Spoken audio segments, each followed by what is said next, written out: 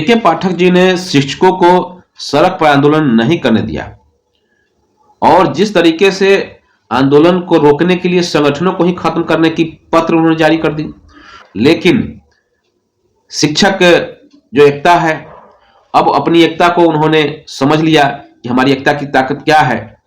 तो उनके पाठक जी ने जब आंदोलन करने से ही रोक दिया, शिक्षक जब सड़क पर नहीं उतर पा रहे थे और शिक्षकों को सोशल मीडिया या कहे तो किसी भी तरह के पत्र जारी करने पर रोक लगा दिया गया, तब लगातार उनके ऊपर कार्रवाइयां होना शुरू हो गया। उसके बाद से शिक्षक पेशोपेश में हो गए थे कि आखिर करें तो क्या करें।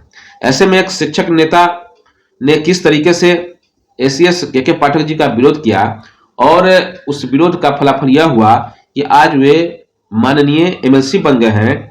और इस पूरी प्रक्रिया के बाद अब बिहार के 6 लाख शिक्षक ये समझ चुके हैं कि जब शिक्षक को सड़क पर आंदोलन नहीं करने दिया जाएगा तो जो शिक्षक नेतृत्व करता है उनको पूरे शिक्षक समाज मिल करके वैसे वैसे एमएलसी लोगों को चुन करके सदन में भेजने का काम किया जाएगा, ताकि अब आवाज डायरेक्ट सदन में गूंजे।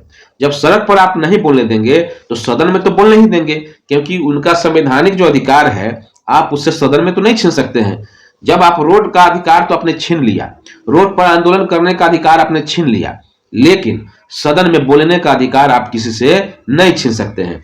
ऐसे परिस्थिति में जिस तरीके से एसीएस के पाठक जी के कार्यकाल के बाद सारे शिक्षक समाज शांत हो गए और कोई भी कुछ बोलने को तैयार नहीं हुआ, किसी भी आंदोलन बड़ा आंदोलन को करने के लिए कोई तैयार नहीं हुआ।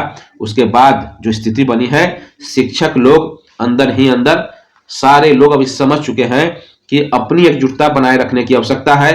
और इसी एकजुटता के माध्यम से जब एक एमएलसी को हम लोगों ने चुना है तो अब आगे जो भी एमएलसी का चुनाव होगा, कम से कम एमएलसी का एक क्षेत्र बड़ा क्षेत्र होता है, उस बड़े क्षेत्र के जो शिक्षकों की संख्या है वो एक काफी संख्या होती है। अगर चाह ले एकजुट के साथ तो वो एक एमएलसी को वो बना सकते हैं। ऐसे परिस्थिति में चाहे कोसी हो, गया हो, पटना हो, कहीं का भी अगर एमएलसी शिक्षक नेतृत्व करता, सभी लोग एकजुटता के साथ एक कैंडिडेट को ही मदद करेंगे तो निश्चित तौर पर आपकी आवाज सदन में गूंजेगी।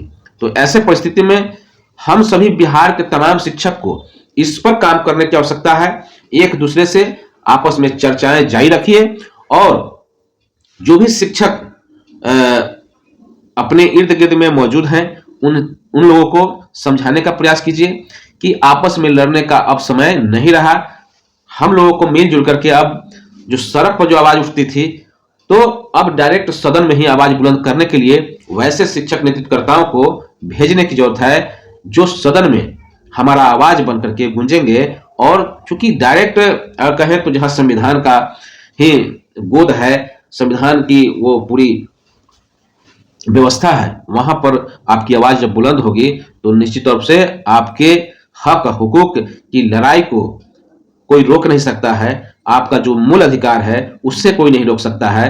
तो इसलिए ये आवश्यक है कि सभी लोग एकजुट होकर के वोट करें और वोट की चोट करें, ताकि सरकार को भी समझ में आ जाए कि शिक्षक अब जागरूक हो चुके हैं, शिक्षक अब नहीं रुकने वाले हैं। जब आंदोलन से आपने रोक दिया तो अब शिक्षक एकजुटता के माध्यम से शिक्षक अपना एमएलसी खुद बना करके सदन में भेजने का काम करेंगे।